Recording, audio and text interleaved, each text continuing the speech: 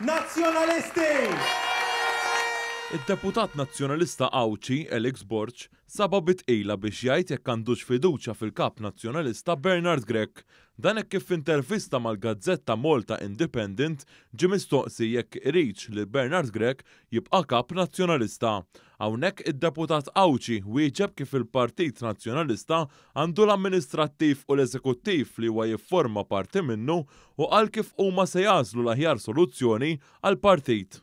Elix Borċ segwa dak li qal l-ex-kap nazzjonalista Adrian Delija hekk kif dan tal-aħħar għal darbtej ma qalx hekk għandux fiduċja fil-kap nazzjonalista Bernard Grech. Dan hekk kif Adrian Delija kemm f'intervista fuq ix-Xandir Nazzjonali u f'intervista mal-Malta Today qal li mhux importanti jgħid jekk għandux fiduċja fil-kap nazzjonalista li kien hu li ħadlu postu wara li d-deputati tal-Blue Heroes fiduċjawh. Elix Borċ kien wieħed bħal Adrian Delija li ħareġ kontra l-establishment nazzjonalista u l-Aqda Repubblika hekk kif fuq dawn tal-aħħar qal li huma irrelevanti.